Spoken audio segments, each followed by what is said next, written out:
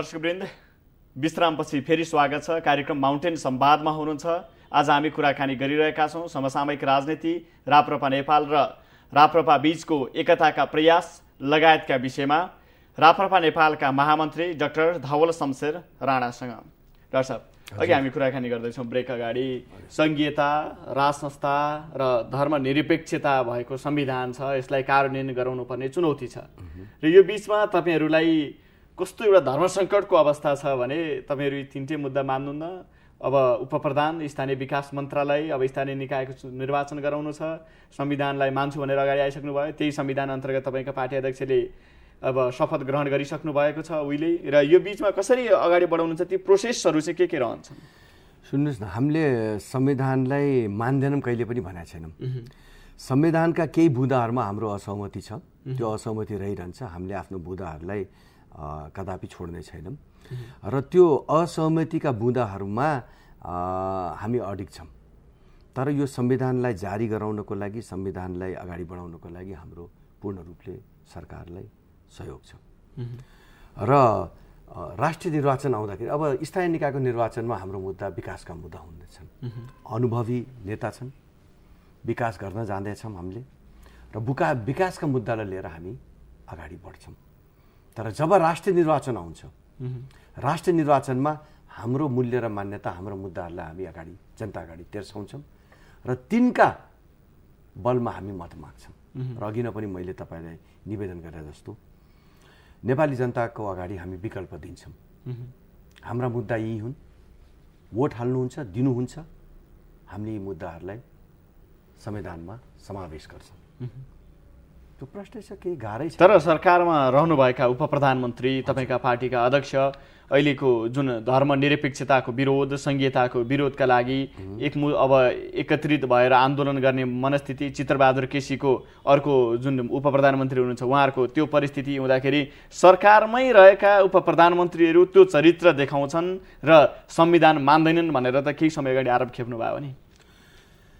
हामीले मैले अघि नै पनि भनिहालेँ, संविधान मान्दैनौँ भनेकै छैन। संविधान भनेकै तर संविधानका ती बुँदाहरूमा, संविधानको ती बुँदाहरूमा हाम्रो असहमति छ। तमाम बुँदामा तमाम मान्छेहरूका, तमाम पार्टीहरूका असहमति छ। तर राख्न पाइन्छ नि प्रजातन्त्रमा। संविधान अपरिवर्तनीय छैन नि। हजुर, तपाईँले पर्याप्त मत ल्याउनुहोस्, संविधान संशोधन गर्ने ताकत देखाउनुहोस्, हाउसमा प्रतिनिधिसँग संशोधन गर्नुहोस्। असंशोधित बुँदै छैन यो संविधानमा। यसको खुबी नै त्यही हो। संघीय गणतन्त्रात्मक नेपाल अटाउँछन्, सबैजना यो संविधानमा अटाउँछन्। संघीय गणतन्त्रात्मक नेपाल भनिरहँदा राज संस्थाका विषयमा वकालत गर्दै हिँड्नु भनेको कतिको जायज हुन सक्छ भन्ने टिप्पणी हुन सक्छन् नि। मान्छेले टिप्पणी गर्न हुन्छ नि, कसैको मुख रोक्न त सक्दैनौँ। तर हाम्रो राजासहितको प्रजातन्त्र हाम्रो मुद्दा हो, मुद्दा रहिरहन्छ। नेपाली जनताले जुन दिन त्यो मुद्दालाई आत्मसात गर्छ, त्यो मुद्दा हामी संविधानमा समावेश गराउँछौँ। अब यही विषय जोडिरहँदा 23 गते पूर्व राजा ज्ञानेन्द्र शाहको जन्मदिनको विषयमा लस्कर लागेर पार्टीका अध्यक्ष, जो पार्टीका अध्यक्ष मात्र सीमित हुनुहुन्न, उहाँ गणतन्त्र नेपालका जुन सरकारका उपप्रधानमन्त्री पनि हुनुहुन्छ, आशीर्वाद थाप्न जानुभयो भन्ने विषय ठुलो कुरो हो। र हाम्रो पूर्व राजा हो, हामीले मान्नुपर्ने संस्था हो, परम्परागत रूपले नेपालीहरूले मान्दै आएको संस्था हो। उहाँ राजाको जन्मदिनमा गएर टाउको निराउनु मैले कहाँ सुन्या हुँ, देखा पनि हुँ। अब बाहिर विदेशी शक्तिसित लम्पसार गर्न हुने नेताहरूलाई आफ्नै देशका आफ्नै राजा, पूर्व राजालाई के अरे शुभकामना दिन, नमस्कार गरेर शिर झुकाउन के ठुलो कुरो भएर, के अपराध भएर? तर के त्यस्तो ठुलो के अपराध गरेर जस्तो? यो त हाम्रो मूल्य र मान्यता हो, हाम्रो श्रद्धा छ, हाम्रो इतिहास बोकेको संस्था हो। त्यो हामीले नमान्ने, अफेल नगर्ने, किन गर्ने? एउटा साधारण अब नेपालीको जीवनयापन गरिरहेका पूर्व राजालाई त्यसरी ताँती लागेर सरकारको उपप्रधानमन्त्री नै जानु भनेको विषय त्यति तपाईँले भने जस्तो सहज पनि त नहोला नि त डाक्टर साहब। उहाँ उपप्रधान, अब राष्ट्रियको सरकार नेपाल सरकार गएको होइन नि, कमल थापा नेपाल सरकारका प्रतिनिधि गए कि भन्ने टिप्पणी भएर जानुभएको होइन। हाम्रा पार्टीका अध्यक्ष कमल थापाज्यू जानुभयो। यो पार्टीले राजा सहितको प्रजातन्त्रलाई शिरोधार गरेको छ। उहाँ उपप्रधानमन्त्रीको हैसियतले जानुभएको होइन।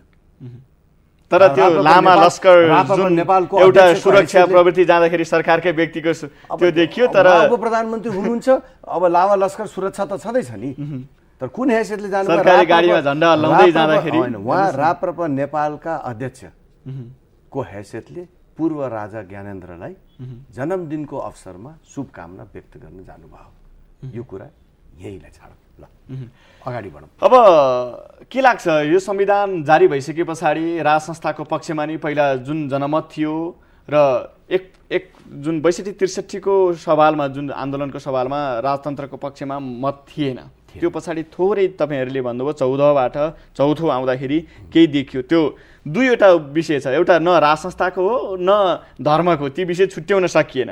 अब अहिले आउँदाखेरि धर्मको मामिला र राज संस्थाको मामिलालाई छुट्टै गरेर हेर्दा राज संस्थाप्रति कति जनमत होला, धर्मप्रति कति जनमत होला, त्यस्तो कुनै तपाईँहरूले मूल्याङ्कन तथ्याङ्क उतार्ने प्रयास गर्नुभएको छ?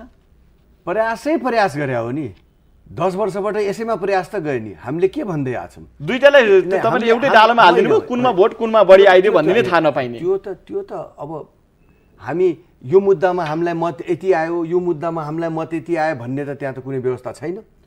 हामीले त त्यस्तो व्यवस्था गरिदिनुहोस् भने हो। अब तपाईँलाई मैले भन्न खोजेँ, अहिले यो संविधान सभा भन्दा पहिले, यो संविधान बन्नेभन्दा पहिले दशन वर्ष हामीले के भन्दै आयौँ भने नेपाली जनतालाई निर्णय गर्न दिनुहोस्। हजुर, राज संस्था चाहिन्छ कि चाहिन्न, हिन्दू राज चाहिन्छ कि चाहिन्न, यो एकचोटि रेफरेन्डम जनमत सङ्ग्रह गराइदिनुहोस् भन्दै हो कि होइन?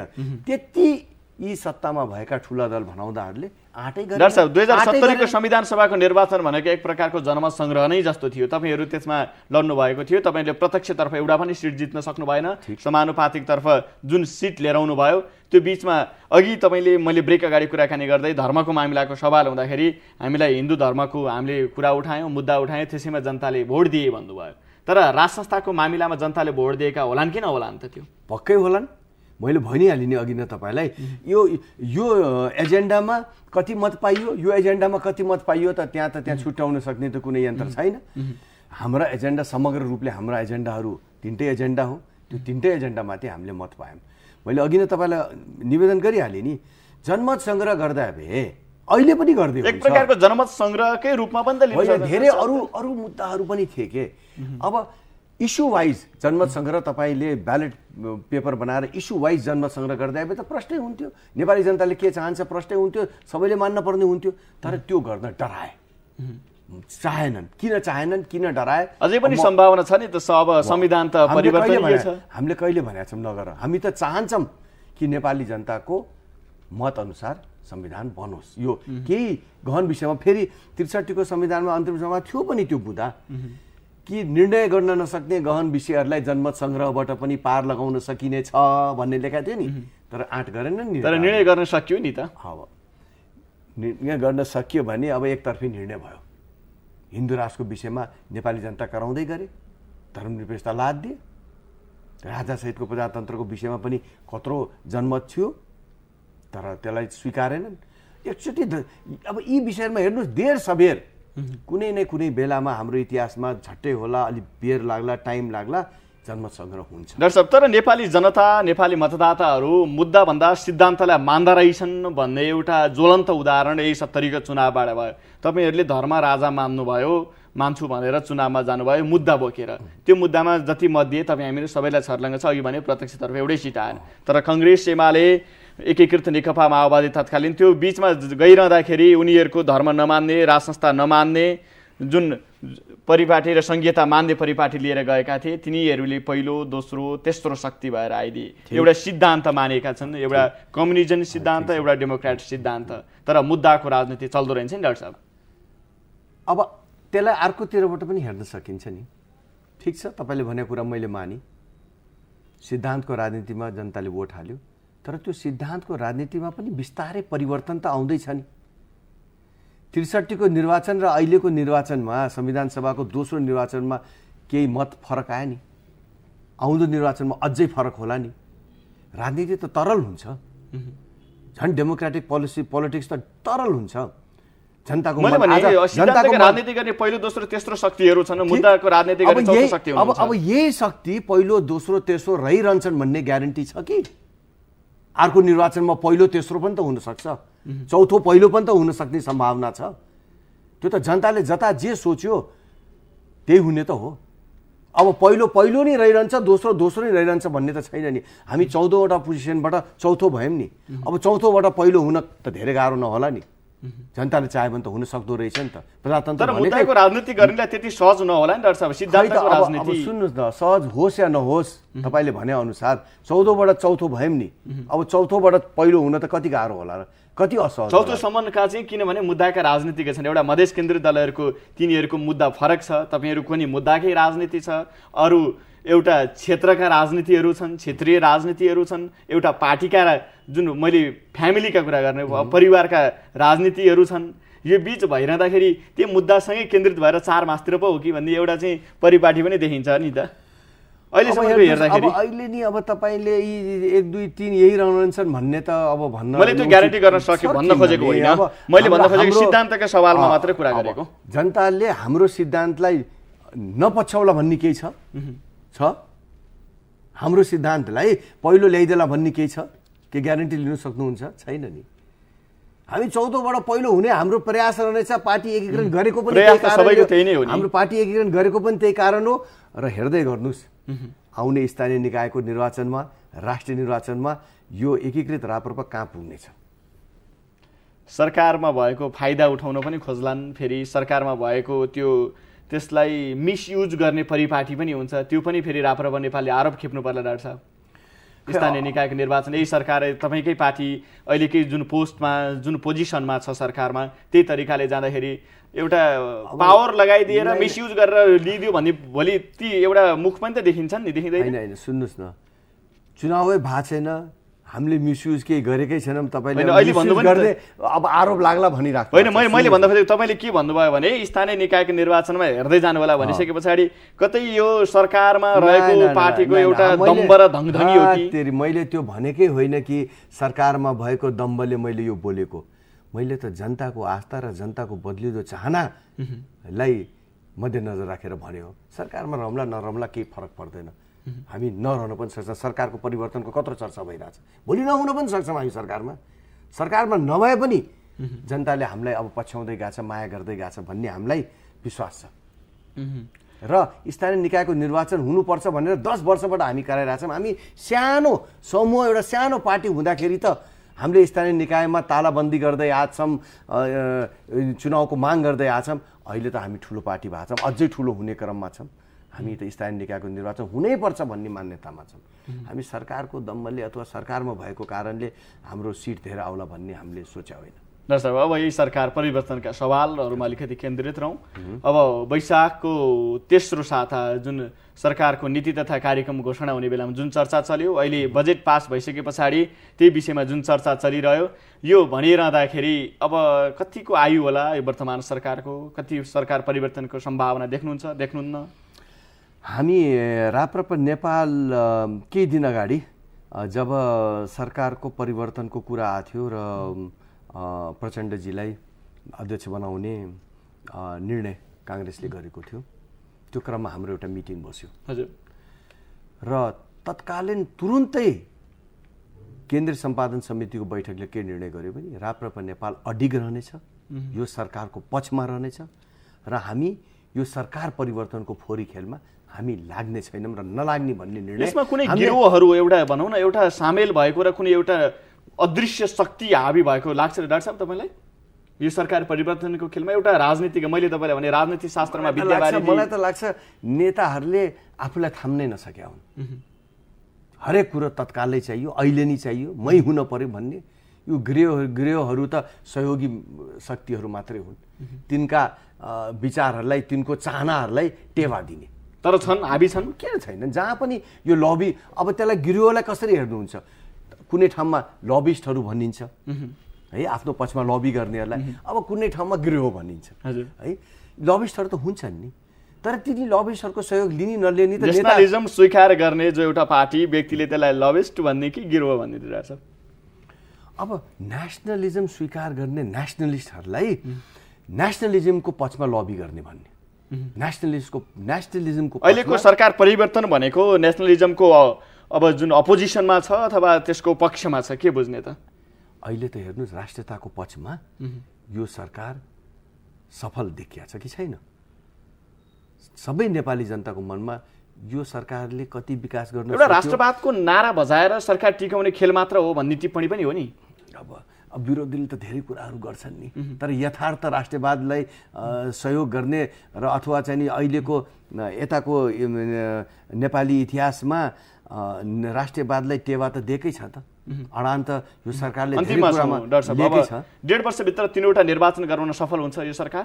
बिल्कुल सफल। यही सरकारले गराउँछ 3वटै? अब त्यो त तपाईलाई लाग्यो मैले के भन्न सक्छु है, एउटा राजनीतिज्ञको हिसाबले भन्दा फोरी राजनीतिमा हामी छैनौँ, राप्रपा नेपाल छैन, तर हामी छैनौँ भन्दाखेरि हामी अरूलाई रोक्ने सक्ने स्थितिमा पनि छैनौँ नि। तर हाम्रो चाहना यही सरकारले 3टै चुनाव गराओस् र यो देश आर्थिक सफलताको बाटोमा लागोस्। हाम्रो निर्धारित समय सकिएको छ। महत्त्वपूर्ण समय हामीलाई दिनुभयो डाक्टर साहब, यहाँलाई धन्यवाद। तपाईँलाई पनि धन्यवाद र दर्शकवृन्दलाई फेरि नमस्कार। दर्शकवृन्द, आज हामीले कुराकानी गऱ्यौँ राष्ट्रिय प्रजातन्त्र पार्टी नेपालका महामन्त्री डाक्टर धवल शमशेर राणासँग। राष्ट्रिय प्रजातन्त्र पार्टी र राष्ट्रिय प्रजातन्त्र पार्टी नेपाल बीचको एकताको घोषणा र अहिले जुन एकताका प्रयास चलिरहेका छन्, निकट भविष्यमा एकता हुने उहाँले भनिसक्नु भएको छ। सँगसँगै अहिलेको समसामयिक राजनीति र जुन परिप्रेक्ष्यमा उठेका विषयहरू छन्, ती विषयलाई आजको हाम्रो माउन्टेन संवादमा केन्द्रित गरायौँ। हेरेर साथ दिनुभयो तपाईँ सबैलाई धन्यवाद। कार्यक्रम प्रस्तुता म दीपक धिताल पनि बिदा हुन्छु। नमस्कार।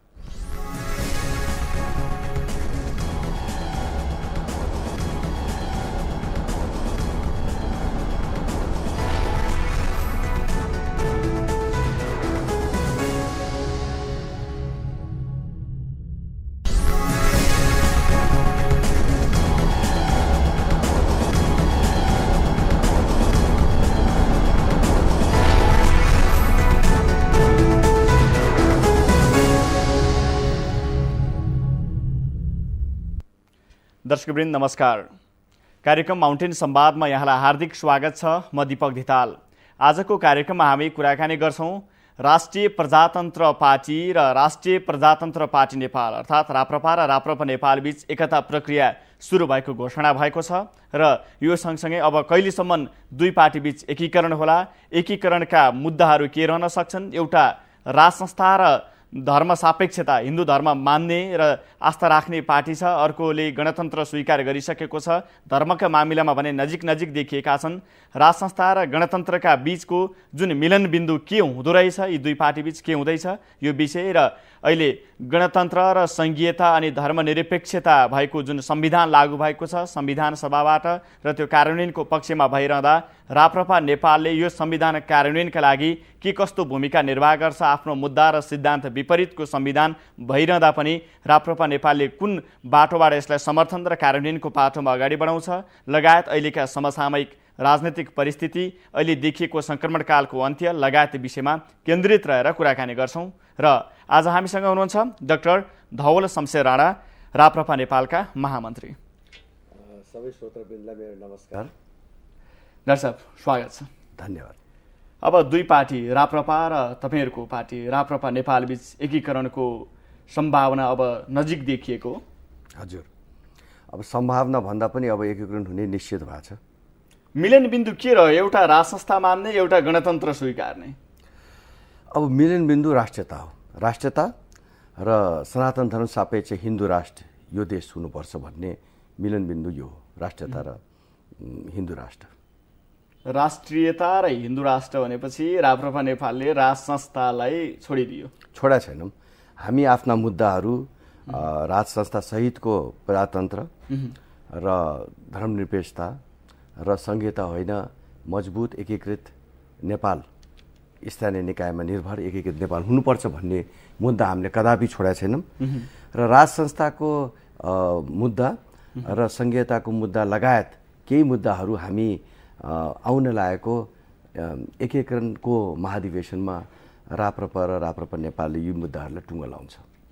निकै विवादास्पद मुद्दा हुन सक्छ नि। एउटा राज संस्था राजतन्त्र मान्ने पक्षधर त्यत्तिकै छन्, जुन राप्रपा नेपालका कार्यकर्ताहरू र धर्म सापेक्षताको विषयमा त्यति विवाद नहोला, किनकि लोकेन्द्रबहादुर चन्द, पशुपति शमशेर राणा लगायतले हिन्दू धर्म सापेक्ष राष्ट्र हुनुपर्छ भन्ने अभिव्यक्ति दिइसक्नुभयो। तपाईँहरूको त्यसमा अब धर्मको राजनीति तपाईँहरूको त छँदैछ।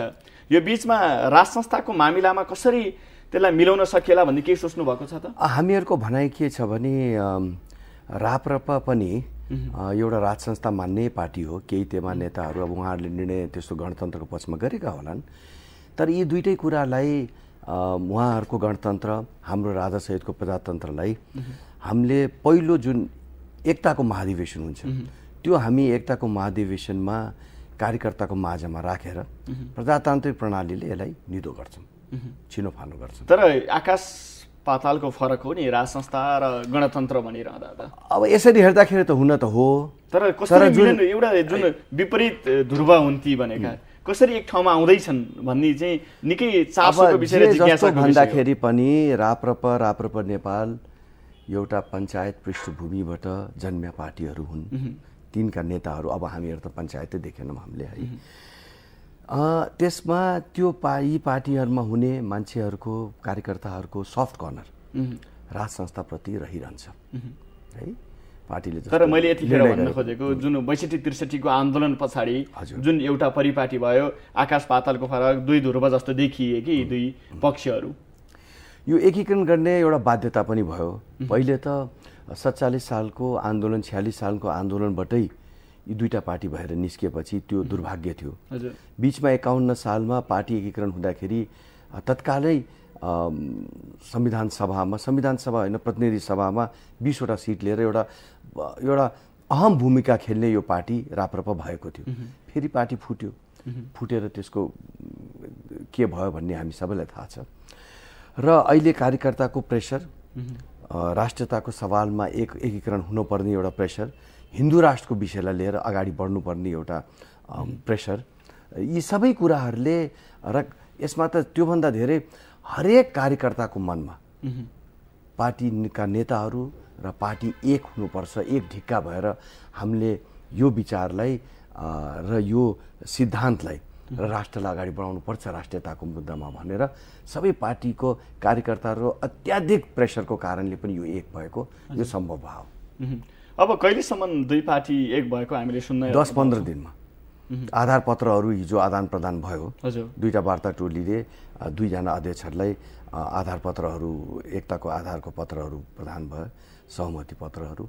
अब 10-15 दिनमा एकता हुन्छ। तपाईँ जुन पार्टी एकीकरणका लागि बनेको वार्ता टोलीका सदस्य पनि हुनुहुन्छ। हजुर। र यो बिचमा दुईवटा पार्टीहरू बिच एकीकरण गर्नको लागि त्यस्ता सैद्धान्तिक सहमतिहरू के भए र यो कारण चाहिँ हामी दुई पार्टी बिच एकता सम्भव छ भन्ने देखेका आधारहरू के रहेछन्? मैले भनिहालेँ नि, सबभन्दा पहिले चाहिँ नि सनातन धर्म सापेक्ष जुन हिन्दू राष्ट्रको मुद्दा छ, दुईटै पार्टीले आत्मसात गरेर यसलाई अगाडि लग्ने प्रष्ट रूपले हामीहरू सहमत भयौँ। बाँकी हाम्रा नमिल्दा मुद्दाहरू जुन मैले अघि नै पनि भने, राजासहितको प्रजातन्त्र राप्रपा नेपालको र गणतन्त्र राप्रपाको, यी मुद्दाहरूलाई चाहिँ नि उहाँहरूको संहिता, हाम्रो एकीकृत नेपाल, यी मुद्दाहरूलाई हामीले पहिलो एकताको अधिवेशनमा छिनोफानो लगाउने गर्ने। अब पार्टी कसरी चलाउने भन्ने कुरो आयो होइन, यही सवाल आइहाल्छ।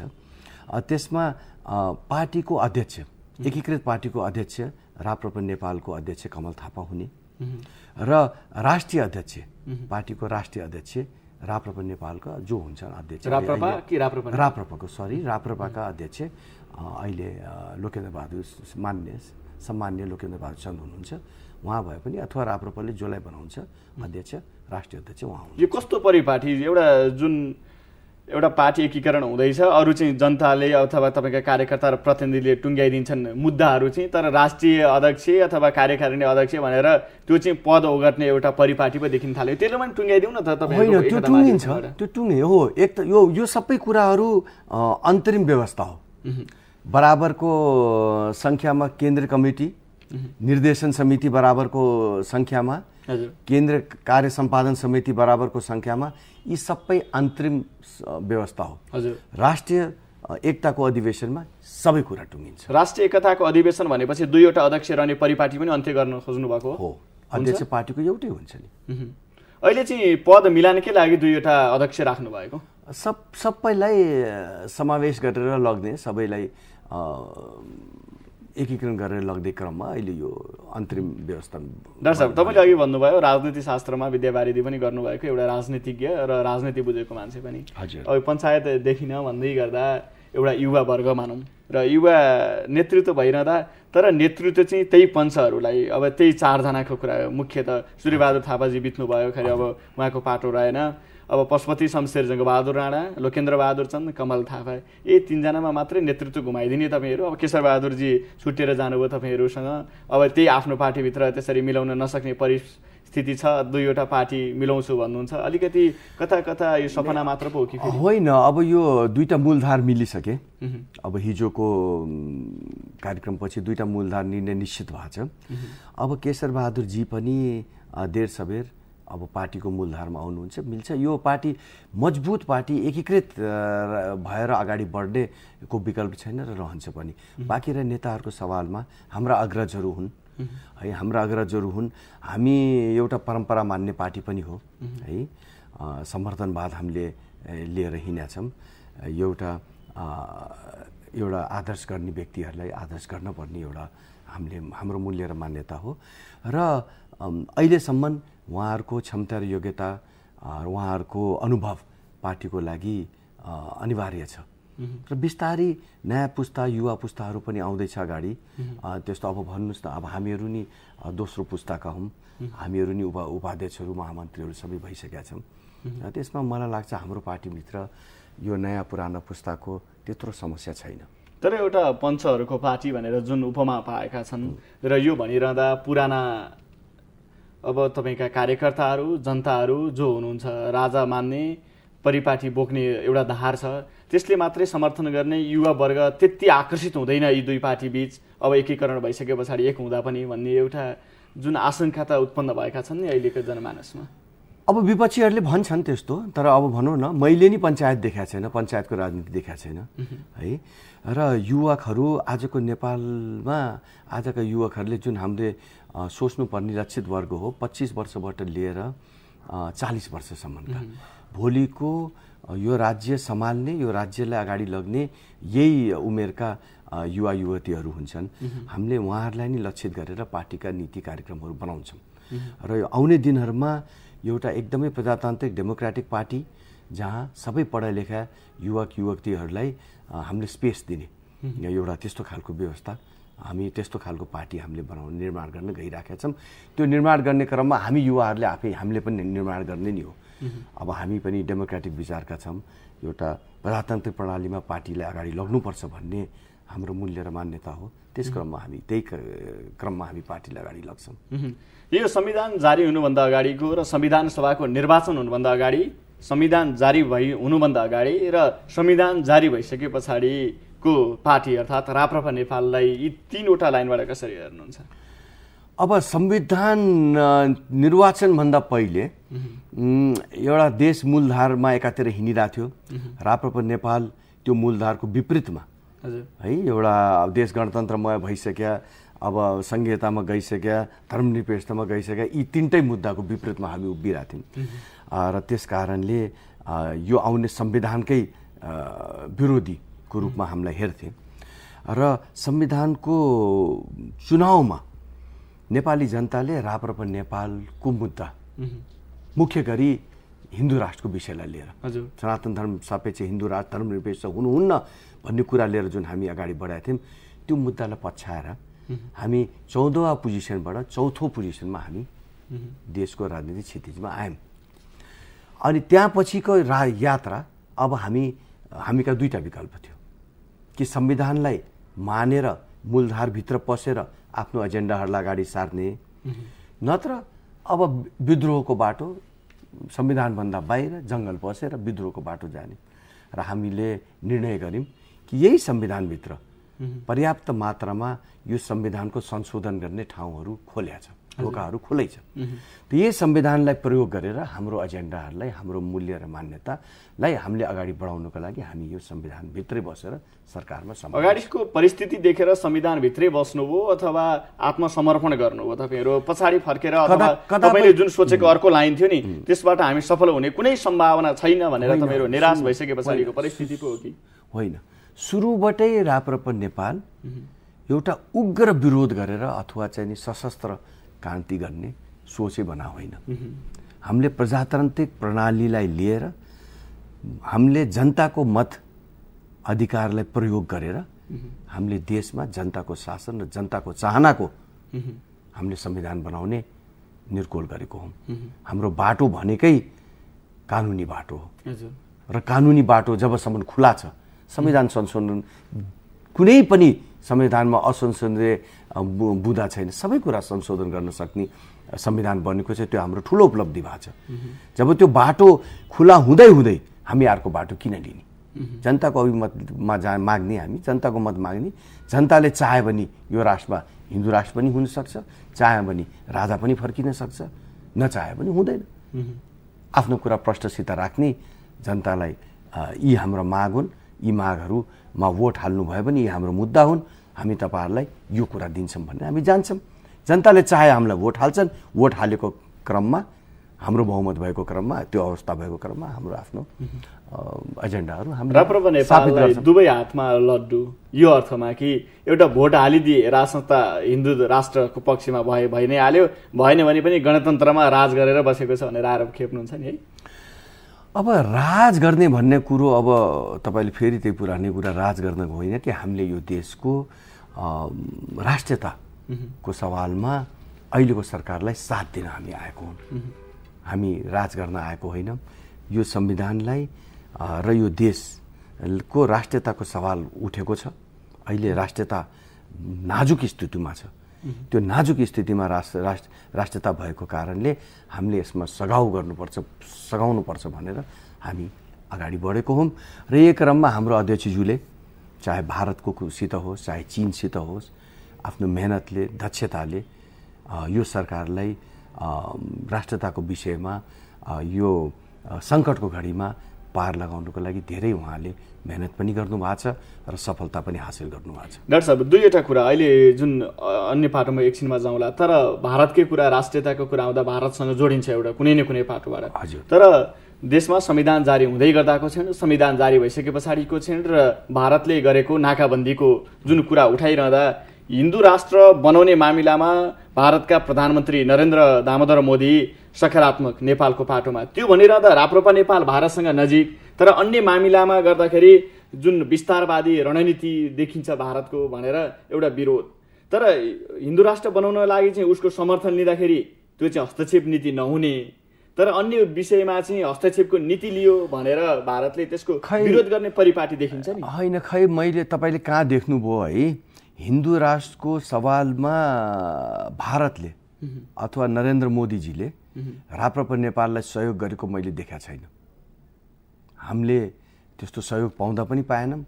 हो, नैतिक समर्थन होला, उहाँहरू पनि एउटा हिन्दुत्व मान्ने पार्टी हो र हामीले 94% उहाँको पार्टीका नेताको प्रमुख आतिथ्यता अथवा उहाँकै जुन अध्यक्षतामा केही समय पछाडि एउटा धार्मिक महोत्सव नेपालमा आयोजना हुने कुरा आइरहँदाखेरि हामीले यो राष्ट्रमा अब यो हिन्दुत्वको एजेन्डालाई अगाडि बढाउनको लागि राप्रपा नेपालले विश्वव्यापी रूपमा एउटा आन्दोलन, हिन्दू राष्ट्रको लागि आन्दोलन सञ्चालन गर्न लागिराखेको छ। कोसियारीको जुन एउटा नेपालप्रति हेर्ने दृष्टिकोण छ र यो बीचमा उहाँकै नेतृत्वमा बस्ने जुन अब हिन्दू सभा भनौँ न, केही समयमा आयोजना हुन लागि भनिएको जुन चर्चा चलेको र त्यसमा ल्याउँदाखेरि तपाईँहरूलाई त्यो चाहिँ भारतीय हस्तक्षेप नै? अब हेर्नुहोस्, हामीले अब यो तपाईँले जुन भनिराख्नु भएको छ त्यो राप्रपा नेपालले गर्न लागेको होइन, तर राप्रपा नेपालले नैतिक समर्थन के रहन्छ हिन्दूको मामिला? अब सनातन धर्म सापेक्ष हिन्दू राष्ट्र बनाउनको लागि कसैले हामीलाई यहाँ सहयोग गर्छ भने राप्रपा नेपालले एकदमै सहर्ष रूपले त्यो सहयोगलाई स्वीकार्छ। हेर्नुहोस् है, हामीले हिन्दू राष्ट्र चलखेल नमान्ने विदेशी कुनै एउटा निकाय देशले सहयोग गर्दैछ भने त्यसलाई विदेशी चलखेल गरेर सहयोग भनेको यो नैतिक समर्थन हो। उहाँहरूले कुनै किसिमको आर्थिक सहयोग अथवा कुनै किसिमको दबाब सरकारलाई दिएको पनि छैन, दिनु पनि भएको छैन र दिया भए पनि त्यसको केही रिजल्ट देखिया छैन है। तर नैतिक समर्थन कसैले दिन्छ भने जस्तो हामी पनि भारतमा हिन्दुत्वको सवालमा हामीले पनि नैतिक समर्थन दिएकै छौँ। त्यो नैतिक समर्थन दिनु त के समस्या छैन। आफ्नो स्वार्थ अनुसारको सहयोग भयो भने त्यसलाई सहयोग मानिदिने र भएन भने त्यसलाई हस्तक्षेप मान्ने जुन हाम्रो प्रवृत्ति छ नि, यसले अप्ठ्यारो पार्ला कि राजनीति। अब नैतिक समर्थन भनेको अर्कै कुरा हो, राजनीतिक हस्तक्षेप भनेको अर्कै कुरा हो है, नाकाबन्दी भनेको अर्कै कुरा हो। कसैले कसैलाई अब प्रजातन्त्रकै लागि नैतिक समर्थन विश्वव्यापी छ नि, अब त्यसको लागि हस्तक्षेप भनिन्छ र? प्रजातन्त्र प्रणालीलाई नैतिक समर्थन दिन हस्तक्षेप त भनिन्न नि। त्यस्तै गरेर अब धर्मको विषयमा पनि नैतिक समर्थन गर्न त त्यसलाई हस्तक्षेप भन्न कसरी मिल्छ? तर यो बिचमा अब संविधान अघि पनि हामीले कुराकानी गऱ्यौँ, गणतन्त्र, त्यस पछाडि सङ्घीयता, धर्मनिरपेक्षता तपाईँहरूका मुद्दाको ठ्याक्कै विपरीत छ। यो संविधान कार्यान्वयन गराउनु अहिले तपाईँहरूको दायित्व छ, यो अर्थमा कि तपाईँहरू सरकारमा पनि हुनुहुन्छ र संविधान मानेर पनि अगाडि आइसक्नु भएको एउटा पार्टी हुनुहुन्छ। भनिसके पछाडि कसरी अगाडि बढ्न सक्नुहुन्छ? हामीले प्रष्टै रूपले यो संविधानलाई हामीले आलोचनात्मक समर्थन गरेको हो। हामीले सबै कुरालाई यसको चाहिँ समर्थन गरेको छैन, संविधानको सबै बुँदा समर्थन गरेका छैन। हाम्रो एजेन्डाहरूको विपरीत जुन बुँदाहरू छन् त्यस क्रममा हामीले लिखित असहमति संविधान सभामै दर्ज गरेको छौँ र बाँकी र अरू कुराहरू संविधान कार्यान्वयन गर्ने कुरामा र यो देशको लागि अगाडि बढाउने कुरामा हाम्रो पूर्ण रूपले सहयोग यो सरकारलाई छ पनि गर्दै पनि आएको छौँ। तर हाम्रा बुँदाहरू, हाम्रा एजेन्डाहरूलाई हामीले कदापि हामीले सुरक्षित राखेको छौँ। यसमा हाम्रो प्रक्रियाहरू के हुनेछन् अहिले हामी चर्चा गर्छौँ। विश्रामको पालो भइसक्यो डाक्टर साहब। दर्शकवृन्द, आज हामी कुराकानी गरिरहेका छौँ राष्ट्रिय प्रजातन्त्र पार्टी नेपालका महामन्त्री धवल शमशेर राणासँग राप्रपा र राप्रपा नेपाल बीचको एकता प्रयास, अहिलेको समसामयिक राजनीतिक परिस्थिति लगायत विषयमा केन्द्रित भएर पालो भएको छ। विश्रामको